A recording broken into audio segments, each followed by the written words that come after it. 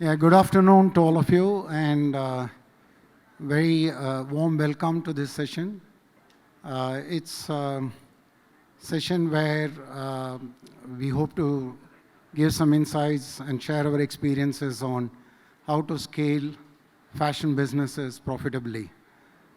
Um, we all know that in retail, scaling and building business, basically building business of scale is a very important part of retail business because with scale you get economies, and you're able to, also build some sort of barriers for competition to, to come in and take your market shares. You also try and create certain category width, sometimes go deeper on the category that you specialize. All this is very challenging in life, and we all have gone through it at different stages of our life. It's also to do with very diverse cultural cultural diversity in the country, regional diversity. It's also to do with high capital investment sometime in some of the retail businesses. And there is also a lot of disruption which is happening through technology and other, new entrants coming in with better models sometime, or technology coming and creating new experiences for the customer. And customer is also like the consumers are very sort of discerning, and they are also like constantly like wanting to experience newer things. And fashion particularly keeps changing all the time, and sometimes to be able to create fashion products for according to the consumer taste and preferences, which is constantly in a state of flux and always constantly changing, is another big sort of challenge for a retail business in fashion. To share some of the experience that I have had in my life while building businesses is, the first and foremost is you've got to create a certain amount of niche in the market segment that you want to cater to. You have to know clearly that what is the space or which is the type of market that you want to cater to, and who are your customers, and and what sort of customers that you want to attract for the business model that you're building. Second thing is very important to know, as you go along and keep learning, very important to keep judging at every stage whether the model is working, and whether it is creating certain sort of differentiation in the market in terms of your competitive advantage, and how it is helping you to keep that faith going for you, keep that conviction going for you as well as for the team and the organization that you run. And how can you, keep that motivation level at a level that people can really think that we are on the right track, we are in the right direction, and we can keep growing. That's another important factor. The third factor is to constantly innovate and then keep changing and keep adopting new ways of working, so that you are in a position to keep, to improvise all the time, and then also like keep expanding with newer models, or keep expanding with newer processes, sometimes newer technologies, embedded into the organization. So these are things which keeps coming all the time when we are in retail, and I'm sure all of you would have experienced most of it in your life. We have a very good panel here with Kavi, who is heading the Shopper Stop, and then we have Kumar, who is heading the Ajio business, as well as the lot of B2B businesses, and we have Rakesh from RS Brothers. So it'll be good for us to understand from each one of them, their experiences and their insights, right? Kavi, to start with, Shopper Stop had been in retail for almost like 3 decades.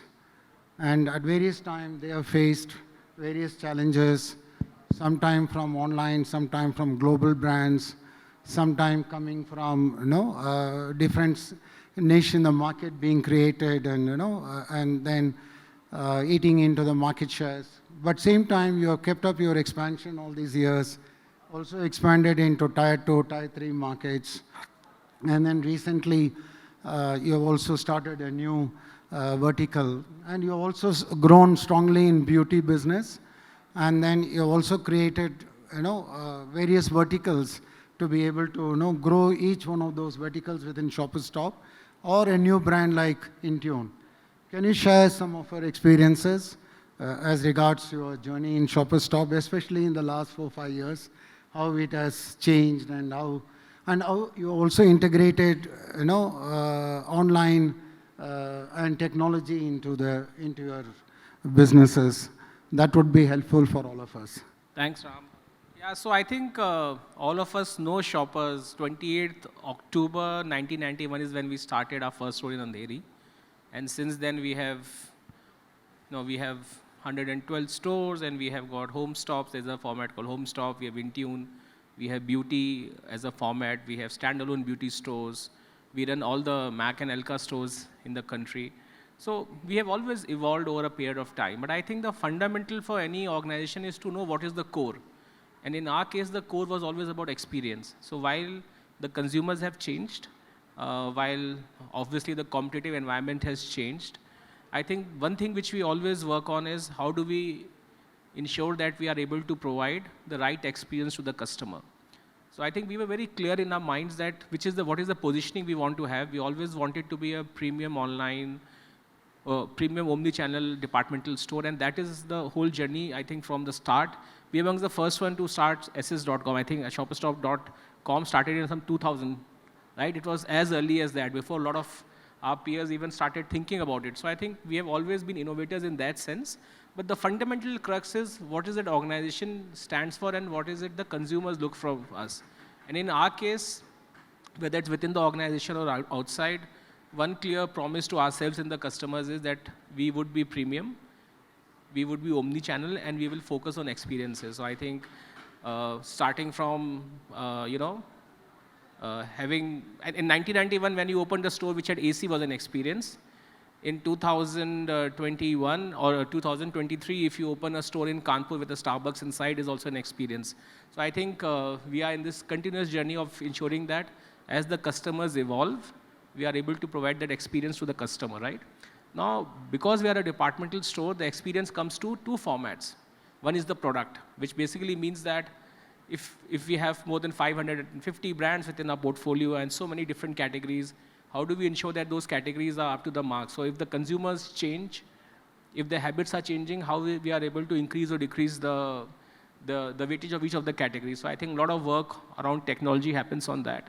We also are very lucky that we have got close to 11 million first citizen customers as our loyalty base. And those customers really given a lot of data to us. So just to share with you, Ram, and with the entire audience, each one of our customers have been divided into a persona. So we know by the way they consume certain brands, the way they are able to, buy, the depth which they buy, the usage occasion in which they buy. We have got this beautiful mix of the personas. And what we do is not only we reach out to those customers with the relevant brand partners, and I think this is not many people do in this country, is we have opened that data for our customers, for our brand partners, and we have told them, can we work together and collaborate? And can you target your customers better through this journey? So right now, as we speak, whatever product or SKU you have bought from us, we have a clear data. For example, in beauty, what we are doing is, if a makeup, particular, say, foundation, if it gets over in 60 days, and if you have bought, say, a MAC foundation from us, on the 60th day, you will get a message from us saying that, hey, XYZ, this is the time to replenish your this thing. So I think we are using technology in that way. Customers are changing. We keep talking about Gen Z. I have 2 Gen Zs in my house, my 2 daughters, and my youngest daughter, she's a Gen Alpha. So and we can see the differences, the way they are consuming, right? And the way they are changing. So I think as marketeers, as people who run businesses, we have to be very, very aware of how the customers, see, just to give all of you a sense, right now while millennials are the biggest consumers in the country. In the next 5 years, and my marketing head keeps on telling me this, that Gen Z is going to be the largest consuming class. So if you have to target a customer base after 5 years, you should be knowing every single thing about them. How are they consuming? And few of the things which they really do well, they actually are spending money on premiumization. They actually are spending money on experiences. For them, less is more. We just redid our Malad store. Malad is our iconic flagship store. We have reduced the space by 40%. What is unheard of, we have reduced our menswear space by 50%, and the revenue growth is 10%. So what we are seeing is that the productivity has gone up 50% without any loss in sale by having lesser space for brands, but putting a gaming arcade within the store, putting a kids play area, having nice lounges, and whoever is from Bombay, guys, जैसे एक BHK का घर होता है, उतना हमारा personal shopper lounge area है. So what I'm trying to say is that as an organization, that is the journey so we have evolved, but we have always evolved with experience as the core for the customer. And the experience for customer comes in through in-store experiences, through product and service. We have something called a personal shopper. I think we are amongst the few retailers in the country who have that amount of strength. 3% of our employees are contributing to 23% of our business. And these guys are trained, they know about the entire product. I think a lot of these journeys we are doing to ensure that we can deliver experiences. So the core of the organization remains the same. Every single chat we are having within the organization is only about experience, experience, and experience. Which also brings me to the point that when you are moving into newer categories like Intune, for example, right? Now, while Shoppers is all about premium, what is Intune? Intune is about value. And both the organizations don't sit together.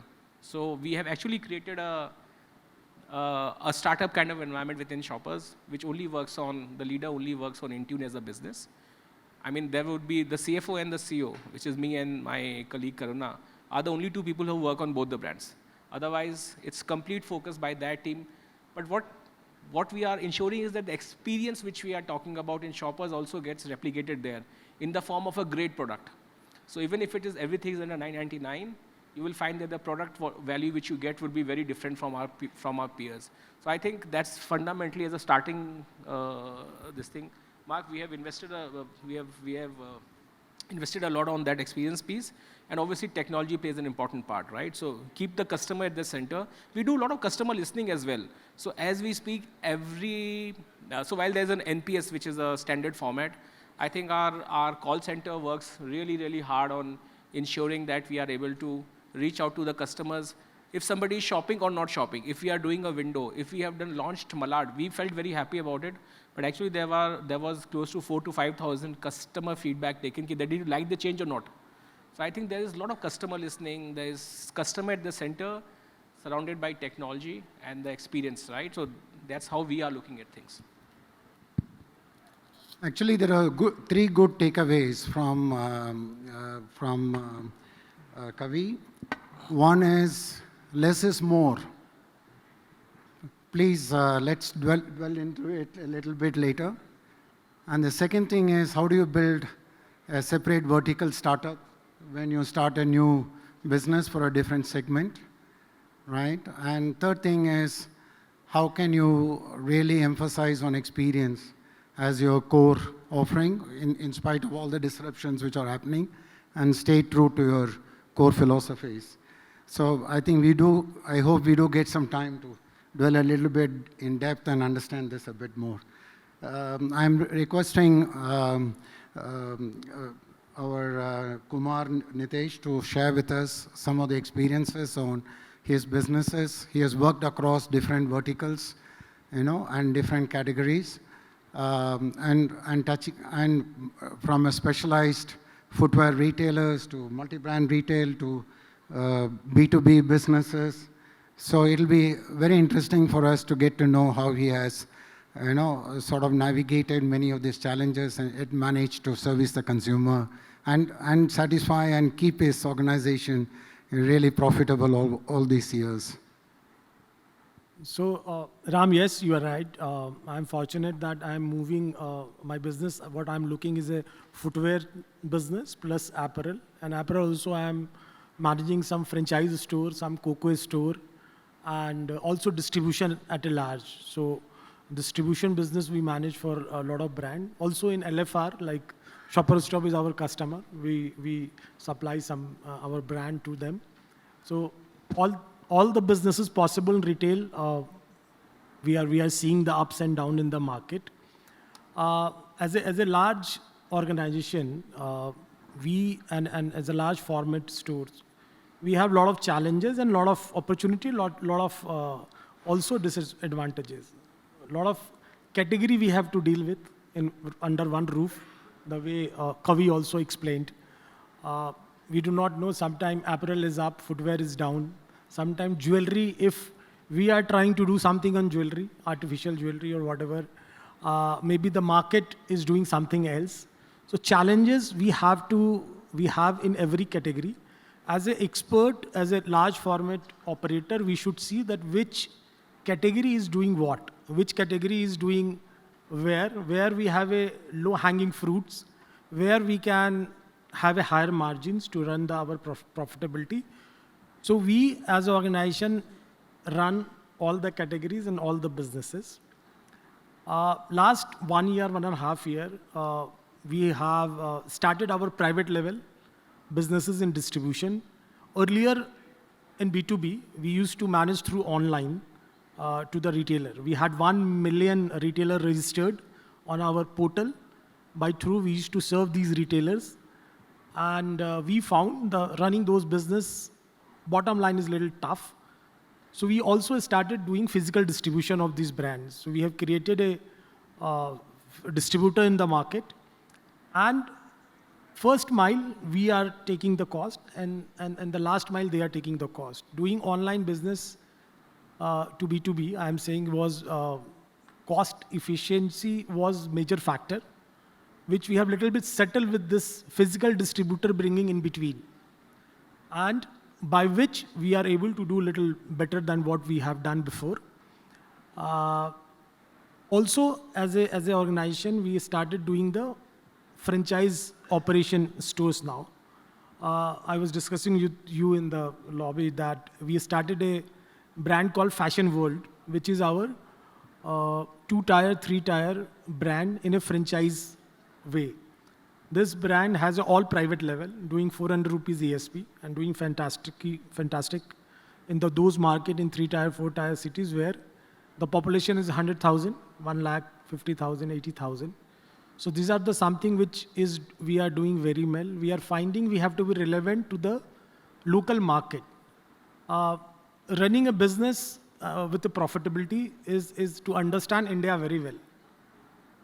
In India, we say every 9 course पे पानी बदल जाता है, भाषा बदल जाती है. So we change, and the way we eat, so you should know that there is Jamai Sasti in West Bengal, their sales happen. You should know that in Chhat, suddenly my Bihar store become top 10 store for a week. So you should understand India very well. And we as an organization do this very well, I must say that. So assortment also, if you are making assortment or all, you go to Northeast, you have to supply small and medium higher. And when you are going Punjab or Andhra Pradesh or Telangana, you have to supply. So there's a lot of things which we are doing right to make our businesses correct. So this franchise store which I am talking about is doing very great. Then as a footwear chain, what we do, there is a Indian government has put a BIS rule where a lot of import has been little slow down. So suddenly the Indian factories has become a gold mine. Earlier the factories I used to think is a liability. I worked with Bata before, where factory was, you have to run factory to become profitable. Whatever you do in retail will not help unless your factory is running 3 shifts, 24 hours. And now with this BIS where everything has to be manufactured in India, suddenly the factories and all become a very, very important factor. So there was a gap, I will say, 1.5 years in the industry of footwear where the supply was impacted. But now with all the companies have started doing in India, their manufacturing, they have found the way to how to deal with this new regulation and all. And now I think this year the footwear is doing better. than last year, much better, because supply chain has been corrected and price, we have a choice of doing price correction also because the import duty is not there. When we are making in India, around 40-45% import duty is not there. So we are trying to increase our volumes by giving a right price to the consumer. So this is my small brief about what we are doing. Yeah, I think if you really look at servicing the Indian consumer, there are two important things that most of us know, but it's something difficult to implement sometime. One is keeping the price at the heart of everything that you do, what the value at the heart of everything that you do, because the consumer is very, very price sensitive and he wants to make sure that he gets the best all the time, right? It's more value than price, that's what I think, because it's the quality and price which has to be the best.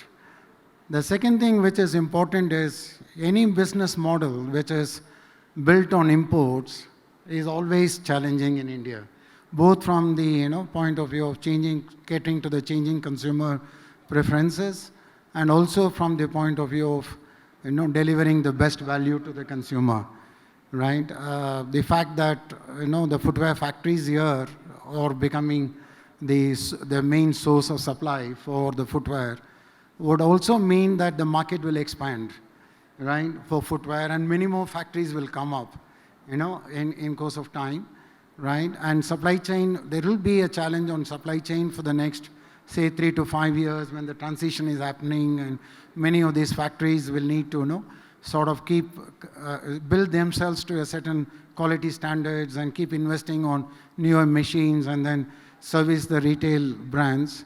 But I'm sure in next 5 years, the consumption of footwear in the country will really grow, right? Because it'll become affordable and a lot more people will then start buying into footwear. A lot more factories will start coming up to supply footwear in the country. So this is the way most of the FMCG brands also used to, cater to the market, right? They take one product and they'll go deeper into that product and build the excellence in that product, right? And really grow the market in a country, whether it's any of those large multinationals coming into the country, whether it's been Colgate or whether it has been Levers or whether it's been Procter & Gamble's. They have always built local sourcing, as a way to penetrate into the market and build that product as a product in that country by going into many of the emerging markets. And they've done it consistently, and I'm sure it's happening in many of the categories, on which the retailers cater in fashion, right? So it'll definitely become one of the key pillars for us in years to come. I just turned now to Rakesh. They run both various types of business in their family. I mean, it's called RS Brothers, and they also have jewelry. They have Kanjipuram silk saree businesses. It's quite a diverse business that they're handling, and Rakesh himself personally handles the jewelry business. So we will get some good insights.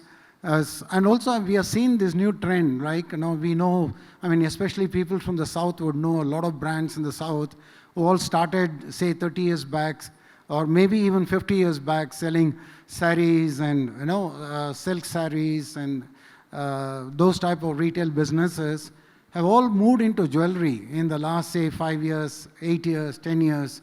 So there is this new trend which is coming up. I told him it's a new trend, but he said it's not a new trend. It's been there, and they have been in jewelry business for more than 20 years, he said. So it'll be good to hear Rakesh to share some of his experiences. Look forward to that. Rakesh, can you please share some of your experiences? Hi everyone, I'm Rakesh from RS Brothers. We are a retail chain from AP and Telangana.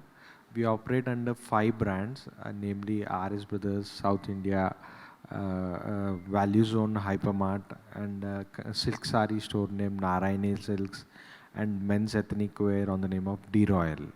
Apart from that, we have jewelry stores as well, which are shop-in-shop concept. As he likely said, it's a family store wherein people come for weddings and festivals to buy products, wherein jewelry is also a part of the celebration or tradition, wherein we rope in the customers who comes for a wedding will be also interested to buy jewelry, and the customer will be diverted there, and we have the cross business happening.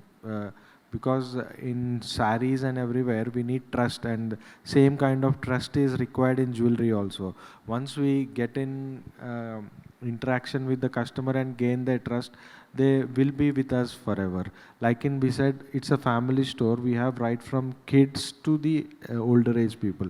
We have customers who started buying for their kids, and we have given dresses for their wedding as well. So it's like a generation what we have catered for, and all what is required is the trust and the relationship what we maintain with them. And also in this current generation where the online is taking over, but I would say in our retail, the physical experience is what is required. As Kavi sir said, we have opened a hypermart, it's on the name of Value Zone, wherein people started and telling us that this is really good place. We have seen it as a very good experience. They're feeling the experience what we have created is very good. They are price sensitive, but they're telling at what cost. I'm going somewhere where the place is not good, and we have to do shopping for 1 hour and wait in the queue for 2 hours. Okay, here we are getting ample parking, the ambience is good, our kids are enjoying. It's like a destination shop for us, wherein we spend time on shopping as well as enjoy the experience. So in this current age, experience is also what matters to the customers, wherein they feel that, oh, wow, I'm purchasing from this place, and that adds value to their shopping experience. All these things also have to be considered while doing a retail experience, retail stores. Yeah, I'm just reminded of, the changes in some of the, store formats. I mean, like take for example, even in H&M, they have really shown how less is more can be executed in the store. I mean, if anybody had been to H&M stores about 10 years back or 15 years back, you cannot move around so easily, in H&M stores globally. And what they have done in the last 5 years is really bringing out, even though they are still considered to be a very aspirational value store globally, right? They have really, I mean, their density have gone down to about 50 to 60% of what they used to be, right? And this, I think, has really enhanced the positioning of H&M. So today it's all about building a positioning which enables the customer to navigate the store, quite easily, and to identify and find the products that they want without having to really struggle for it in the store. Create that experience as Mr. Kavi was, sharing with us. And then also like bringing in the technology into the store so that to be able to, enhance that experience for the store in terms of how technology can help the customer to find the products, or something is not available, or can it be shipped to the consumer. So I think in all this, the biggest question is about how do you balance your investments in the store, your investment in technology, and yet keep up to the profitability, and the return on equity and capital that you're putting in. How do you balance all this and satisfy, not satisfy, how to optimize each one of them, right? And really find the money to keep reinvesting and keep up with the new changes. I'd like to hear something from, for all of us, Kavi would share some of his experiences on this, and then we can ask even Kumar and Rakesh to tell us how they balance some of these in their day-to-day businesses. As CEOs, I think one of the most important decisions which we have to make is how are you using your capital. So capital allocation actually for everybody, I see a lot of entrepreneurs here and a lot of CEOs, I think, and leaders. I think that's the single most important thing which will ensure that there's a balance between the growth which you want versus what is happening right now. So I think In our case, for example, we have 3 projects. We have a shopper stop, which is obviously has been there for quite some time, and which is where we want to build a lot of profitability, but we also have 2 growth engines, which is Intune, and we are expanding quite aggressively there. We have beauty businesses where we are getting brands and pushing the whole envelope there. So I think there are 2 or 3 very simple KPIs which we look at. For example, the ROCE over the next 5 years and XIRR is what we look at. And obviously each business will have its own life. So without telling you the exact number, I think fundamentally this is something which we look at. We look at each of the business and evaluate what is the ROCE we expect from that business over the next 5 to 7 years. I think that's one thing which we do. Also, there are some investments which we have to do. For example, and I think for a lot of companies, and I'm sure for each one of us, there's a DPDP Act which has just come, right? Now, this will ensure that we need to invest certain amount in security. Now, as an entrepreneur or as a CEO, would you wait for somebody to hack you? Or would you actually invest in that money? And by the way, each of these security things they cost a lot of money, right? But there has to be little amount of far-sightedness, and there are some things which you cannot negotiate, which is, for example, the data of customer, the security breaches, right? And for example, us, we have, as I said, we are very lucky that we have got 11 million consumers as our first citizen consumer, which also means the responsibility on us to ensure that our systems are safe and secure is also high. So I think these are the calls which we need to take, yeah? But some of these calls are non-negotiable. You need to ensure that your other operational metrics are tight enough to drive the revenue, but some of these, right? And how you can do is, so for example, the security, the way we are, and I said less is more, so the way we are managing our inventory, the merchandising, I mean, at any given point of time, there's a 20% tail. Within brands and merchandise, within brands and in the brands. If I have to look at 550 brands, we have got 115, 112, 13 stores. There would be a tail there. How do we take objective calls and not become very emotional about it and actually drive everything through the prism of efficiency of our ROCE and take out the money and invest in projects which will benefit you in the long term? I think that's a continuous decision which at our level we always keep on doing. And I think there's something which the board also keeps on evaluating, because I think it's a fundamental truth. Yeah, I'm just reminded of some of the formula-based decisions. So I'd been taught in my life as a retailer that we have to offer the width to the consumer.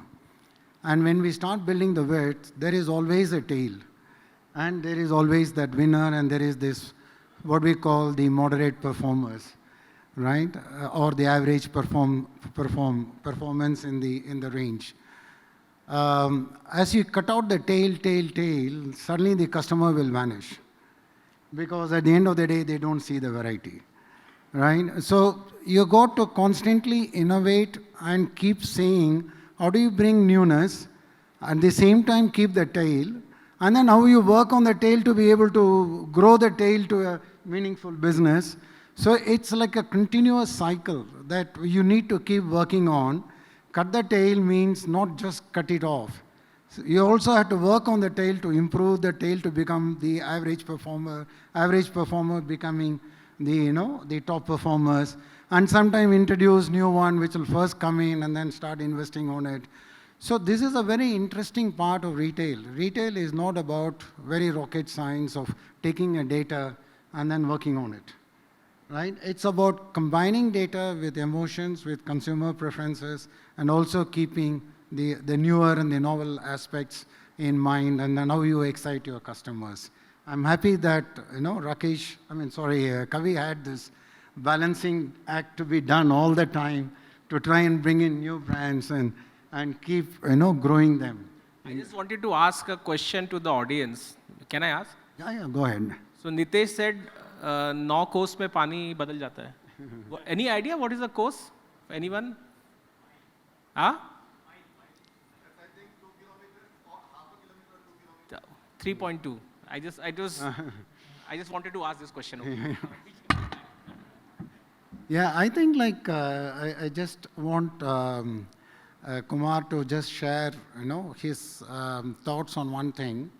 He said, retail is the core of what I do.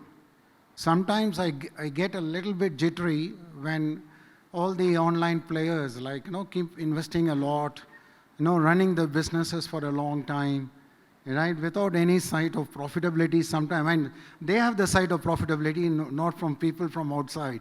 We don't see it, but they can see it from their side.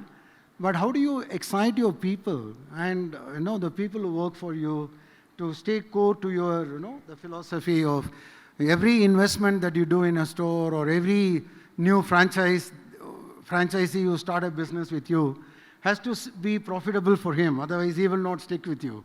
How do you keep their focus on and then keep running it for 10 years and 20 years on what is the core of your businesses? So as I said before also, you have to be very close to the market. In India, pricing is very, very important. If you keep your pricing intact as per the market, whatever market you are playing, luxury to mass, if your tertiary happening, your secondary happening, your primary will happen, your partners will be happy. If what you are making is not a right priced, not right quality, is not selling in the front, then it will not work and nobody will be happy with you, and then you will end up with the low sell-through, lot of stock, and then all problem starts. We as an organization believe in a right pricing for sure, right? And in India especially, where everybody goes and buy vegetables where they get dhania free. I go to the shop where I get dhania free, otherwise I don't go to the shop, right? McDonald's has to launch here 20 rupees burger. Nowhere in world they launch. So it's a price sensitive market and taste sensitive market. If I need chole bhature, I need chole bhature. So Haldiram 40% revenue comes from chole bhature only in Delhi market. Just I'm giving examples, right? So it's very, very relevant to be, it's very important to be relevant to the market. Otherwise, you will be, I go to some stores in summer, in August, September in South, and I see winter wear lying there, where 12 months is no winter. So I don't know what they do with that merchandise. I'm a little surprised with that. And we code few things very simple, sir. The front line and the back office. The supply chain has to be 100% correct. If your supply chain is not continuous and able to give you what you want, you will fall. And the front stores has to be managed. The KPI is a surgery. Retail is a surgery. You cut here, you will bleed there. You do something here. So if your footfall increasing by your investment, your ATV falls down or your conversion falls down, then you are in bad shit.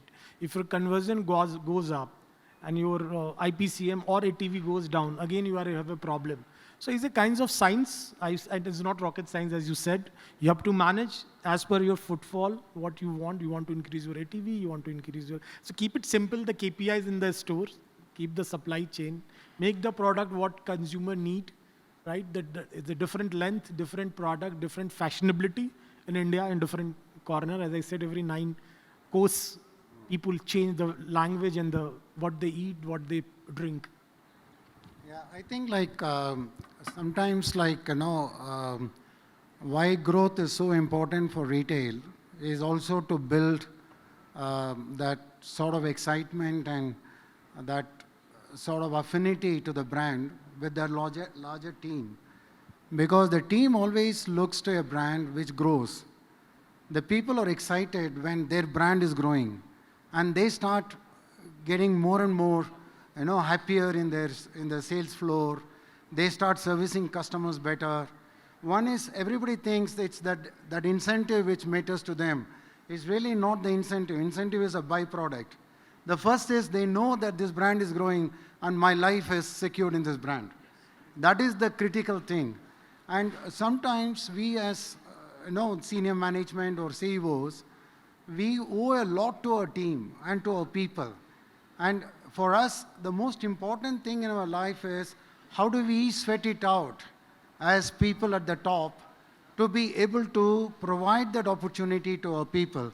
And I'm sure this must be a very important part even in RS Brothers, right? And I would like Rakesh to share as a family, how they are keeping this as the core of their philosophy, their team, their people, to be able to grow with. I'd love to hear from him as well, but your time's up. Yeah. I would say that everything grows only if profitability grows. So the bottom line should also be kept increasing as the top line. And managing both together is a tip tricky, but that is the way how we have to operate. Or else we will not find that enthusiasm or anything when we keep going.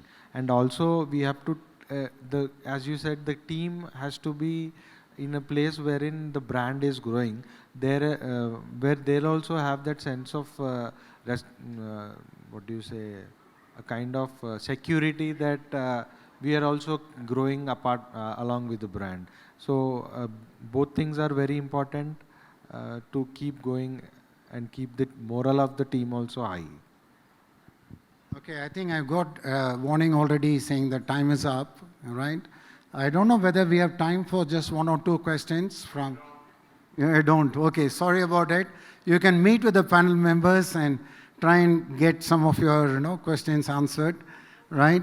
It's been quite revealing, and thanks to the team members and panel members here. I hope that we have added some sort of thinking, for the day for you all. Thank you. Thank you so much.